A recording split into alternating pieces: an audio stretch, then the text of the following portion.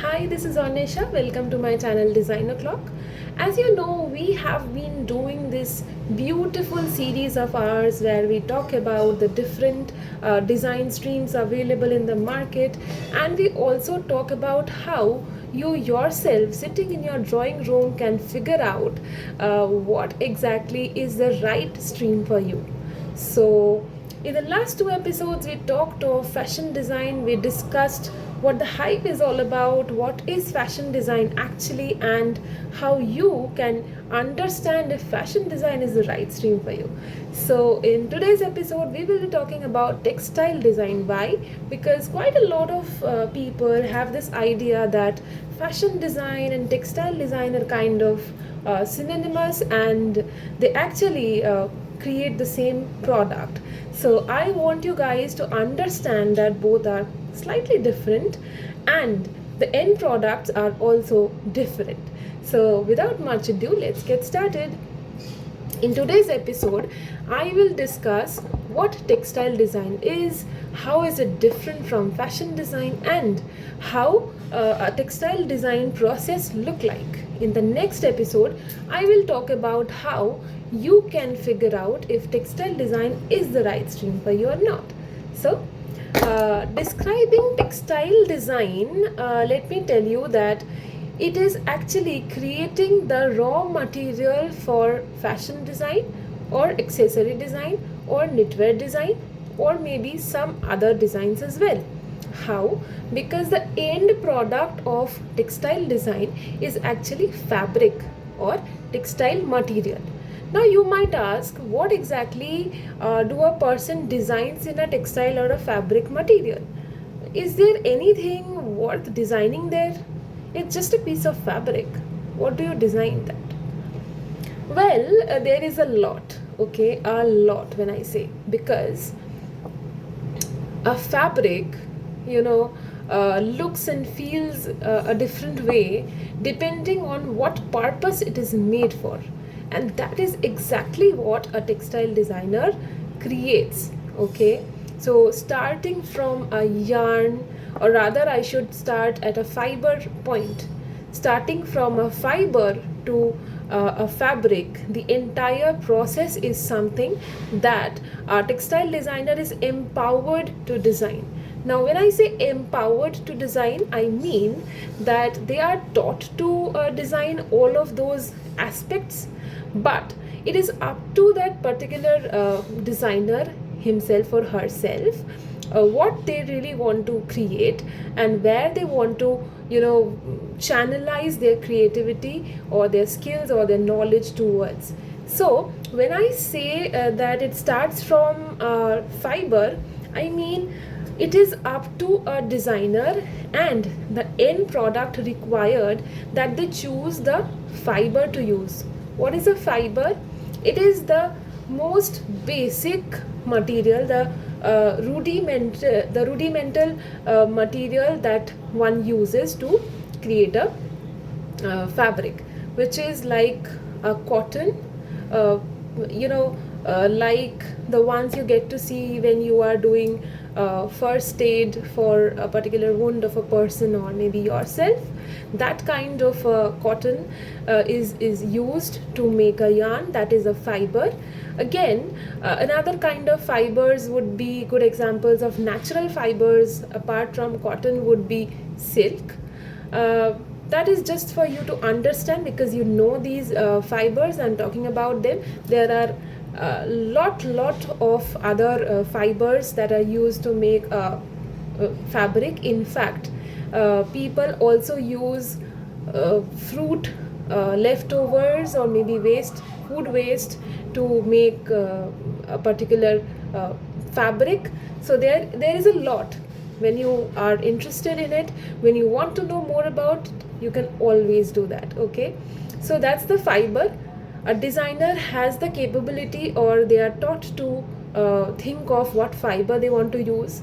After that comes the second step, which is the yarn or thread making step, where those fibers are brought together and then they are spun together, then they are made thinner and thinner, attached to another other yarn, other fibers, and then they are spun together to make a thin yarn or thread that can be later used to make a fabric.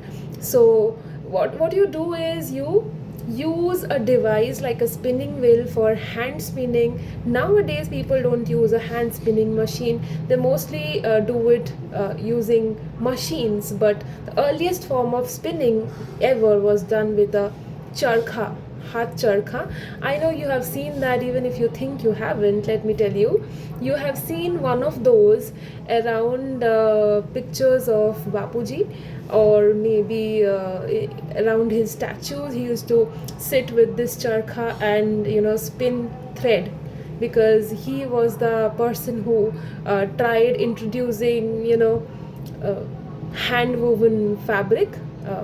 So yeah, that was the earliest form of spinning wheel. After that, nowadays people don't use that, because that produces really thick and thin yarns, and the yarns have a lot of defects and all. So these days what people do is, they mostly, for mass production, maybe for producing one special kind of a fabric, people do use hand spinning wheel, but for mass production they mostly use machines. Okay, so the machines automatically spin everything, and the thickness is also uniform. So the thickness again is something that a textile designer decides on, because you use really fine threads for making fabrics that you will be using for making garments or stuff like that.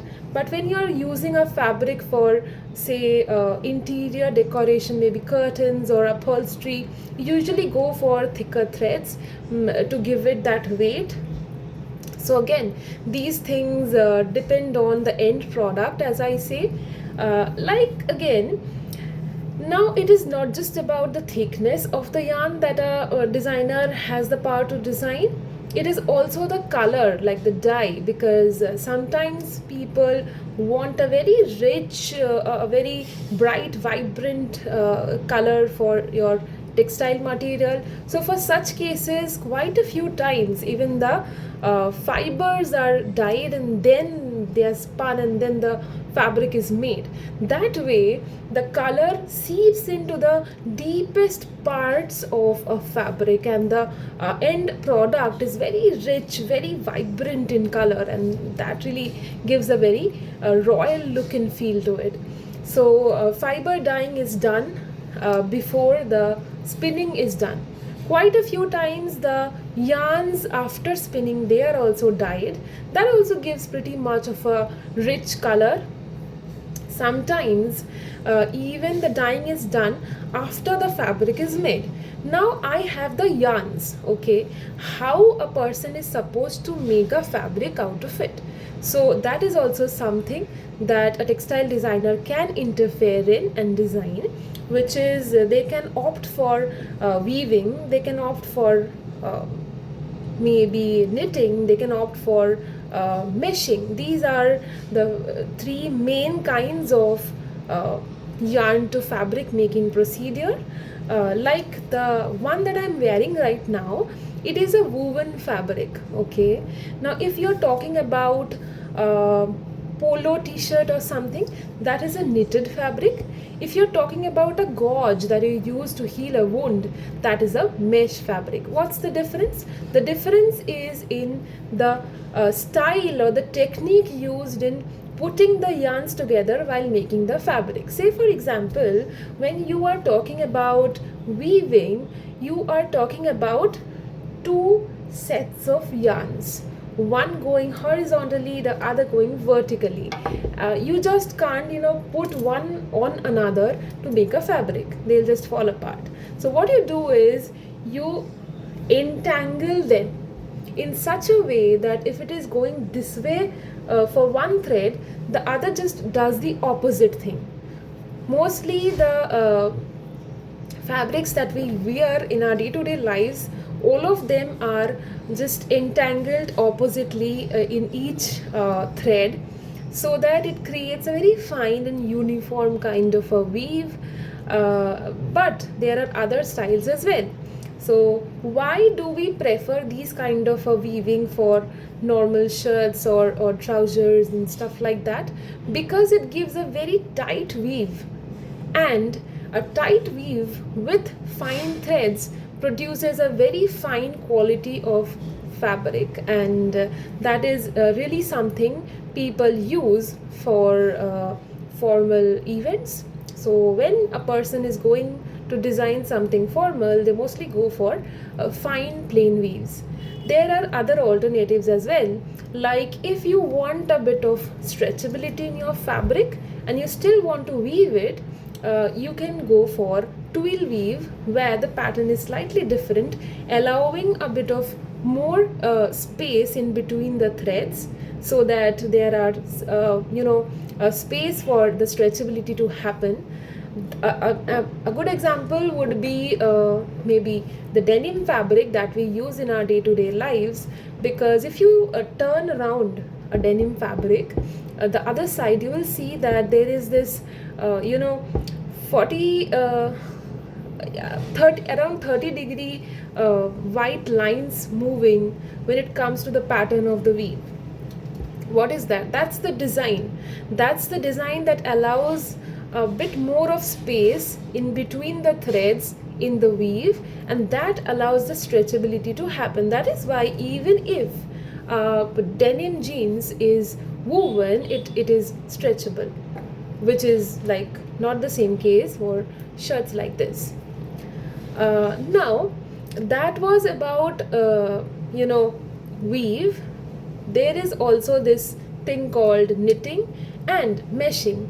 For knitting, you don't have two sets of threads, you just have one, where it goes on by creating loops, and the other thread that comes, that just enters a loop and keeps going. It is like all the threads going inside the loop, and just increasing the entire number of threads to create a fabric.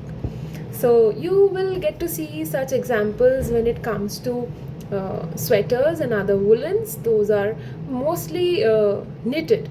You'll also get to see designs like that in inner garments, in socks, and maybe caps. So these are certain, also in jerseys and t-shirts, like polo t-shirts, like I said. So there you will find a lot of stretchability. How do you get that stretchability? You get that stretchability out of the space in between the loops, because it has loops have spaces, and the other thread that goes inside the loops, they don't take out all the space. So there is always empty spaces, and there are always chances of the thing being stretchable. So that allows it.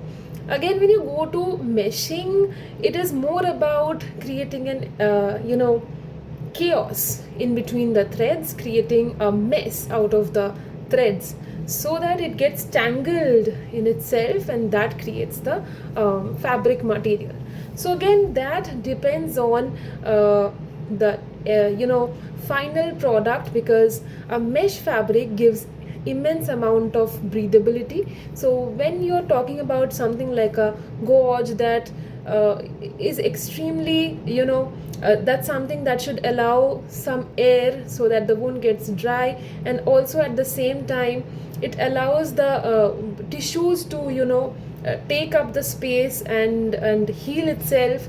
So you need to understand that the final product decides what exactly is the necessity in the technique. Like, do you want to weave it, or you want to knit it, or you want to create a mesh out of it.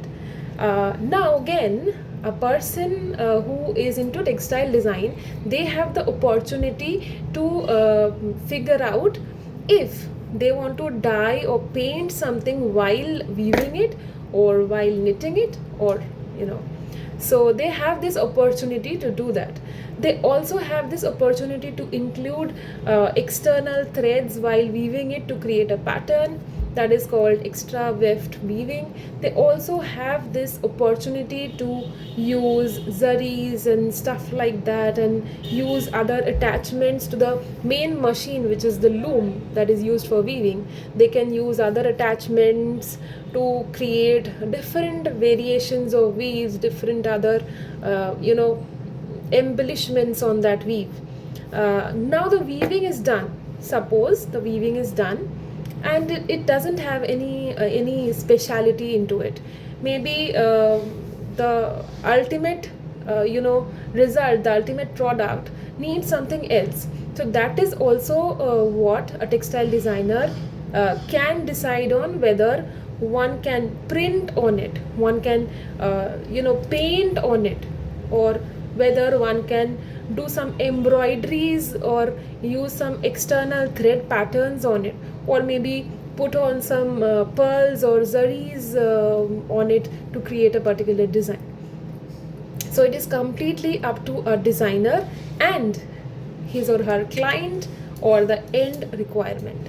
So this is something that a textile designer works on, a textile designer does, and the design process is pretty much the same as the fashion design, where one is researching on the ongoing trends, thinking of an inspiration, equating both, creating the initial set of drafts, and then working on the final design, and then doing the changes, making the changes, keeping in mind if a particular design that has to be embroidered is feasible to be done that way or not, if a particular design is to be printed, if it is suitable for that particular technique or not. These things are to be kept in mind while designing. So everything has got its own process of criticism. So one has to understand, okay, if I am making a design to be printed, to be dyed, to be embroidered in a particular way, in a particular style, then will it be possible to do it that way? So this is something that one needs to keep in mind. And after that thing is done, when your design passes that test, you can finally give it for the sample production. And then when the sample is passed, when your client or if you are the one who is passing the design, if you like it, then finally you can give it for the mass production. So that is how it pretty much works. Now that is all about textile design. I know you might feel that this is something that it is very cumbersome. There are a whole lot of things, a whole lot of technicalities, and that might not sound very satisfying or exciting. Then I would like to tell you that this is something that I have been saying, I have been talking about it. You haven't seen a textile design yet. You haven't seen a print, or maybe you haven't seen varieties of embroideries, and that is why you might not feel really drawn towards it. So my exercise for you today would be go and look out different kinds of patterns, different weaves, different kinds of people who have been doing it, so that you understand the visual aspect of textile design, so that you understand what are the kind of designs that textile designers have been working on, because that is something that is gonna help you with that. So go on, look out, and give it a search. And in the next episode, I will be talking about how exactly would you get to know if this is the stream for you or not. Okay, so keep in touch and keep watching. Thank you so much for watching today's episode. If you like it, do like, share, and subscribe. Thank you. Bye bye.